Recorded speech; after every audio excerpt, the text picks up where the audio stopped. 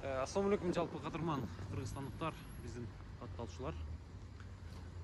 Ош шаарындабыз. Зайнап. Валюта курсу боюнча кечки курсту көрсөтүп кетейин сиздерге. Подписаться кнопкасын басып биздин каналга катталып, ар дайым жаңы чыккан видеолорду көрүп туруңуздар. Валюта курсу боюнча дал ушундай. Саат 8:30.